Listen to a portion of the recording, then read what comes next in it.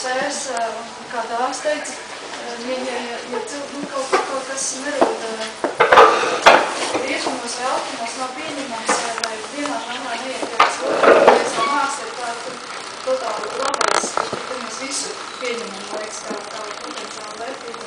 Un arī šajā sakarā mēs ļoti pateicīgi Imants Zemzer to pastāstīt par saviem iespējiem Antonioni, kā jūs savulaik sastapāt un kā tas iespējo jūs radīt 70. gados šos skandalus, kas tiešām tiešā veidā atsākās uz Antonioni kino.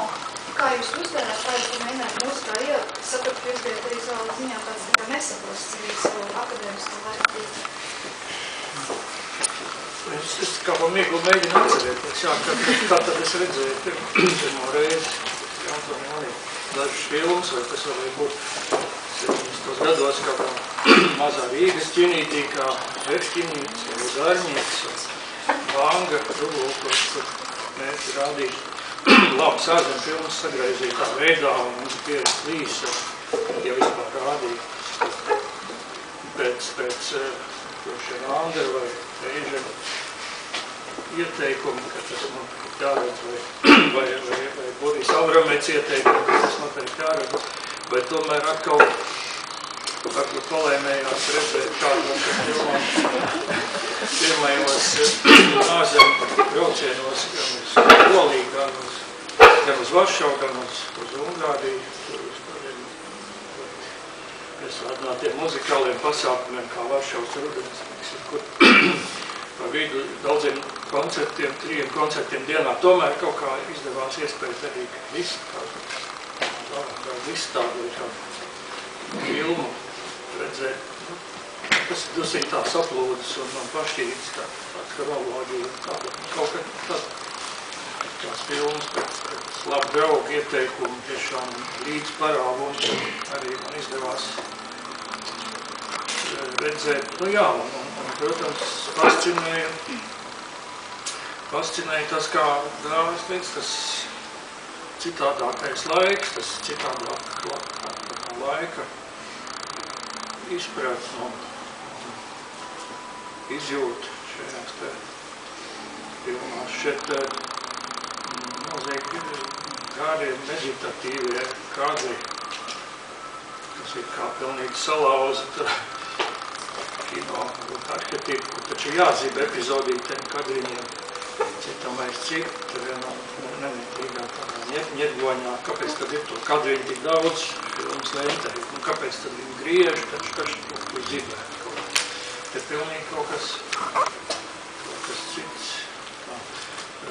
Tagad, teiksim, droši vien man daudz vairāk interesētu tāds filmu saturiskā puse, nevis tie motīvi, tā motivācija, kāpēc tad tur ir tā atsvešinātība, aiz kam viņi tādas, aiz kam tā, kā tad ir tie slimības, ārstēt slimību simptomi tajās filmās, kāpēc tur notiek tā un savādāk. Bet toreiz man kaut kā paņem savā varā kā tā filma izteiksme, tā filma jaunā valoda, vai filmu glezniecība, vai filmu mūzika, tā vajag teikt. Un šai ziņā man labi palīdzēja tas, ka es ārā svešu valodu nezināju un to tekstu nesapratu. Ir baudīt šīs filmas kā vizuāla māksla. Man pat šodien patīk vēl neņemt austiņas kino Rīgā, bet tāpat, tāpēc, ka tie filmu teksti jau gandrīz 100% taču no augstas literatūras viedokļa ir šausmīgi triviāli un banāli. Nekā pat nav, kāpēc pārspēlējumi. Teikt, jā, šie ārkārtīgi plašie garie meditatīvie kadri. Un ja viņi, Antonioni, ir tādi eksistenciāli un atsvešināti un biedējoši, kā teiksim, foto palielinājumā, tā ilgā tā foto uzņēmuma palielināšana, tā fokusēšana, ka beidzot, necik ilgā laikā, tad tur atskārt to roku, ar to revolveri. Zilā filtrā, vai teiksim, kā profesija reportieris, tā ilgā izskaņa, kas tā kā ved uz lielāku vientulību, panestību, bezjēdzību. Tad es savā uztverē tolaik interpretēju to kaut kā tā pavisam citādāk, tā dzīvīgi, pozitīvi, kaut kā tā